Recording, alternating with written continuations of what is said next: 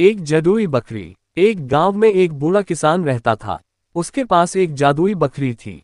वह बकरी साधारण बकरियों की तरह दिखती थी, लेकिन उसमें एक खासियत थी। जब भी कोई उससे प्यार से बात करता या उसकी देखभाल करता, वह सोने के सिक्के देती थी। किसान को ये बात मालूम थी, लेकिन उसने इसे गांव वालों से छिपा कर रखा। वह रोज सुबह बकरी को प्यार से सहलाता, उसे ताज़ा घास खिलाता और बदले में बकरी उसे सोने के सिक्के देती थी। किसान उन सिक्कों को अपने घर में जमा करता रहता और धीरे धीरे अमीर हो गया।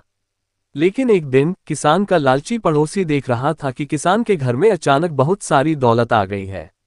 उसे शक हुआ और उसने किसान की जासूसी शुरू कर दी।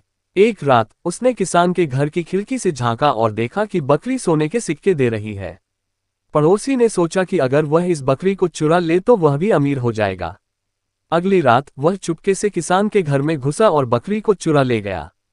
वह बकरी को अपने घर ले गया और सोने के सिक्कों की उम्मीद में उसे प्यार से सहलाने लगा। लेकिन बकरी ने उसे कोई सिक्का नहीं दिया।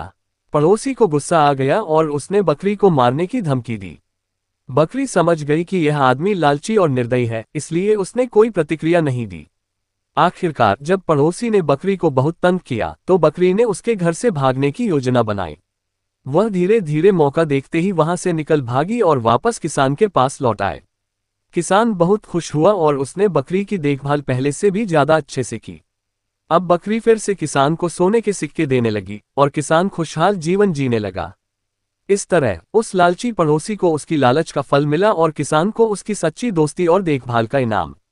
कहानी का संदेश यह है कि लालच बुरी बला है और सच्चे दिल से किसी की मदद करने पर उसका अच्छा फल मिलता है।